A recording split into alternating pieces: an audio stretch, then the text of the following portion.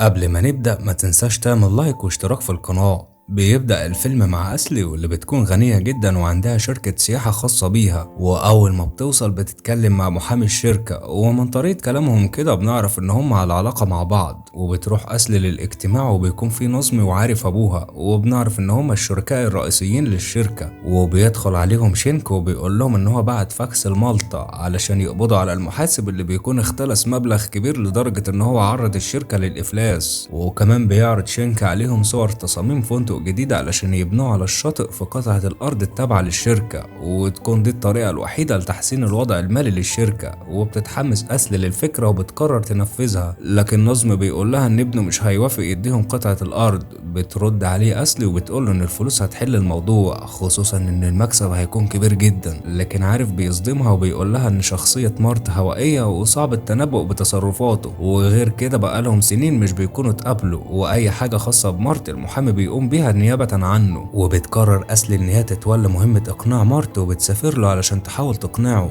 وبتروح لمكتبها وبتطلب من المساعدة زينب تكلم محامي مارت وترتب معاه ميعاد، وعلى طول ما بتضيعش وقت وبتسافر للمدينة اللي بيكون مارت عايش فيها. ولما بتوصل بتروح تقعد في مطعم وبتطلب أكل، لكن مش بيعجبها طعمه. وبيجي الشيف وبيتكلم معاها وبتقول له إن الأكل مليان أعشاب، وبنعرف إن الشيف ده هو مارت اللي بتكون هي بتدور عليه. وبتقعد أسل وقت طويل جدا في المطعم، وبتكون متضايقة لأن محامي مارت مردش عليها ولا حدد معاها ميعاد، لدرجة إن هي بتشرب كتير علشان تضيع التوتر. وبيشوفها واحد من الزباين وبيفكر إن هي بتشرب علشان تنسى وتقضي ليلة سعيدة. ولما بيحاول يتعرف عليها بترفض أسل إن هي تتكلم معاه، وبيعمل معاها مشكلة، لكن مارت بيتدخل وبيطرده من المكان. وبتشكر أسلي وبيقعدوا يتكلموا مع بعض من غير ما حد يعرف نفسه للتاني. وبتتكلم أسل مع المساعدة اللي بتبلغها إن هي حددت ميعاد مع مارت، ولما بتوصل بتكتشف إن هو مارت نفسه. وبنعرف إن مارت كان عارف بوجودها من البداية، لكن أسل بتتجاهل كلامه وبتدخل في الموضوع وبتشرح له وضع الشركة المتأزم، وكمان بتعرفه بالمكاسب اللي ممكن تيجي من ورا الفندق لو اتبنى على قطعة الأرض. وبيقوم مارت وبيسيبها وبيشرح لها إن المكان ده هو بيته، وغير إن الفندق لو اتبنى هيضيع الشكل الجمالي للمكان، ومن المستحيل إن هو يتخلى عن رياضة ركوب الأمواج. وبتوعده أسل إن هو هيقدر يحتفظ بنادي ركوب الأمواج، وكمان هيقدر يكمل حياته حتى لما الفندق يتبنى. تسم مارت وبيقول لها إن المقابلة انتهت، وبتمشي أسل وهي متضايقة وبتتصل على زينب المساعدة وبتطلب منها تجمع لها كل المعلومات عن مارت. وبتقرر أسل إن هي تمسك أي غلطة على مارت زي التهرب من الضرايب علشان تساومه عليها وتخليه يوافق. تاني يوم بتروح أسل لمارت وبتاخده وبتعرض عليه قطعة أرض في مكان تاني يقدر ينقل ليها النادي والمطعم بتاعه، لكن بيرفض مارت وبيفضل ثابت على موقفه. وعلى الرغم من كده بتقرر أسل إن هي تدخل في عناد مع مارت. وبتروح تاني يوم لمارت، وقبل ما تتكلم عن العرض الجديد بيقول لها مارت إن هي متحاولش معاه لأن هو مش هيغير رأيه، لكن بترد عليه وبتقول له إن هي خلاص ما عادش هتحاول معاه، وكمان إن هي اقتنعت برأيه. وكمان بيكون عاجبها حبه لركوب الأمواج، وده اللي خلاها متحمسة إن هي تتعلم الرياضة. وبيقول لها مارت إن هو مش فاضي للحركات دي وفاهم هي عاوزة إيه كويس، ويا ريت كمان إن هي ما تضيعش وقته، لكنها بتصمم على رأيها. فبينادي مارت على مدربة ركوب الأمواج وبيطلب منها إن هي تعلم أسلي. وهنا بتحس أسلي بالإحباط لأن خطتها بتكون فشلت وبترجع للفندق. وبيزيد إحباطها لما بتكلم زينب وبتقول لها إن مارت كل أوراقه سليمة وملتزم بدفع الضرايب، لكن برضه بالرغم من كده ما بتستسلمش أسلي. وبتروح لمارت وبتحاول تتكلم معاه عن الطبخ، لكن بيضحك باستهزاء وبيقول لها إن هو فاهم قصدها، لكن ده برضه مش هيخليه يغير رأيه. وبتقول له أسلي إن هي بتحاول تفتح معاه كلام مش أكتر علشان يعلمها ركوب الأمواج بنفسه. وبيقطع مارت معاها الكلام وبيوافق يعلمها، وبيقفل باب المطبخ في وشها. وبيشوف مارت صاحبه شفيق متضايق وبيعرف إن في مشاكل بينه وبين مراته، ولما بيتكلم معاها بيعرف إن هي قررت تنهي العلاقة بسبب غلطات صاحبه الكتير. تاني يوم بيكون مارت بيتكلم في التليفون وبنعرف إن هو بيدور ورا المحاسب اللي بيكون سرق الشركة. وبتيجي أسلي وبيبدأ مارت يعلمها ركوب الأمواج، لكنها بتقع كتير في المية. وبينتهي أول درس وبتكون أسلي متضايقة، لكن مش بتبين. وبيجي شفيق وبيتعرف عليها، وكمان بيعزمها على إن هي تشوف مشهد غروب الشمس. ومن خلال كلامهم بتعرف قصة تعارف شفيق ومارت. وبيكون شفيق عنده شركة إنشاءات وكان عليه ديون كتير، ومارت هو اللي شاركه وساعده إنه يسدد الديون دي. ومن وقتها الشركة بتاعت شفيق بتكسب. وبتتصل أسلي على زينب وبتطلب منها تجمع معلومات عن الشركة بتاعت شفيق، لأن ده مخالف قوانين الشركة، وبكده تكون لقت ورقة ضغط على مارت. وبتروح تاني يوم لمارت وبتستغل انشغاله مع المتدربين وشفيق اللي بيكون نايم، وبتسحب كل بيانات الشركة بتاعته وبتبعت البيانات لزينب. ولما بيجي مارت بتطلب منه ياخدها جولة في المدينة، لكن بيعزم عليها تروح معاه المزرعة علشان يجيب طلبات المطعم. وبتتفاجئ خديجة صاحبة المزرعة بوجودها، وبيروح مارت علشان يحمل الطلبات. وبتتكلم خديجة مع أسلي وبتحكي لها قصة مارت وإنه اتولد على إيديها لأن أمه كانت أعز صاحبة ليها. لكن بتكون خديجة حزينة لأن أم مارت فضلت سنين طويلة مريضة بسبب بعد ابنها عنها، لكن نظمي سفره لأمريكا علشان يتعلم هناك وهو عنده 10 سنين. ده غير إن نظمي سرق فلوسها. ولما رجع مارت اكتشف الحقيقة وفضل جنب أمه لحد ما ماتت في أيامها الأخيرة. وهنا بتفهم أسلي سبب بعد مارت عن أبوه، وكمان بتتعاطف معاه وبياخدها مارت في جولة للمدينة، وبعدها بيوصلها للبيت وبيكون في بينهم نظرات إعجاب. ولما بتدخل أوضتها بتتفاجئ بوجود شريك المحامي واللي بيتخانق معاها لأنها ما بتردش على مكالماته، وكمان لاحظ نظرات إعجابها لمارت. لكن أسل بتقوله إن كل ده أوهام لأن هي بتحاول تخدعه علشان تأثر عليه وتخليه يوافق، وبتطلب منه يمشي علشان محدش يكشفهم. وتاني يوم بتكون مع مارت في حصة تعليم الأمواج، وبتتكلم أسل معاه وبتقوله إن مجلس الإدارة مش هيسيبوه في حاله غير لما يدوهم قطعة الأرض. لكن مارت بيقول لها إن هي ما تقلقش وإنه هيعرف يتصرف معاهم. لكن بترد أسلي ويبان عليها إن هي بتكون خايفة عليه، وبياخدها مارت على بيته اللي في الجبل، وهناك بيعترف لها بحبه وبتوافق ترتبط بيه وبيقضوا وقت لطيف مع بعض. تاني يوم بتتصل بزينب وبتبلغها توقف بحث عن شركة شفيق، لكن بيكون شنيك سامع المكالمة. وفي يوم بيكون مارت عامل حفلة بمناسبة رجوع ياسين وشفيق، وبتتفاجئ أسل بوجود شنيك واللي بيعترف بكل حاجة لمارت. وبتحاول أسل توقفه لكن شنيك بيكمل كلامه، فبتنهي أسل علاقتها بيه وبتطرده مارت من المكان. لكن قبل ما يمشي بيقول إن مجلس الإدارة قرروا يطردوه لأنه شريك في شركة تانية، وبيعرض عليه الورق والمستندات اللي أسل كانت بعتاهم. وبيتصدم مارت وبيسيب المكان وبتمشي، لكن أسل بتلحقه وبتحاول توضح له سوء التفاهم اللي حصل وإن هي فعلا كانت ناوية تخلص منه، لكن بعد ما ارتبطوا وقفت كل حاجة. لكن مارت مش بيصدقها وبيطلب منها تسيب المدينة وتمشي. وبيكمل مارت حياته لكنه بيكون حزين إن هو هيفقد المكان. وفي يوم بيجي يلماس صاحب مارت وبيقول له إن هو عرف المحاسب اللي سرق الشركة. وفي يوم بيكون في اجتماع في الشركة وبيمضي نظمي وعارف على قرار طرد مارت، لكن أسل بترفض إن هي تمضي، فبيحذرها عارف إن هي بكده هتضر بمصلحة الشركة. وفي اللحظة دي بيدخل مارت عليهم وبيقول إن هو واخد عهد على نفسه بسبب واحدة ست خدعها نظمي، واللي بتكون الست دي هي أمه، والمرة دي بيخونها بسبب بنت تانية خدعها نظمي. وبيكون قصده في الكلام على أسل. وبيعرض مارت مستندات بتقول إن شنيك ونظمي هما اللي سرقوا الشركة وخدوا عارف وبنته، ومن ورا الفلوس دي فتحوا شركة في مالطا. وبيحاول شنيك يكذب مارت، لكن عارف بيشوف الورق وبيتأكد فعلا من كلام مارت. وكمان بيعرض مارت إن هو هيمول الشركة من أمواله الخاصة، بس بشرط إن أسل تكون رئيسة مجلس الشركة. وبيخلص المهمة وبيرجع للمدينة بتاعته مرة تاني. وبعد أيام بتروح أسل المطعم مارت، وهناك بيعرض مارت عليها الجواز وبتوافق أسل وبيعيشوا حياة سعيدة. ولو عجبك الفيلم ما تنساش تعمل لايك واشتراك في القناة.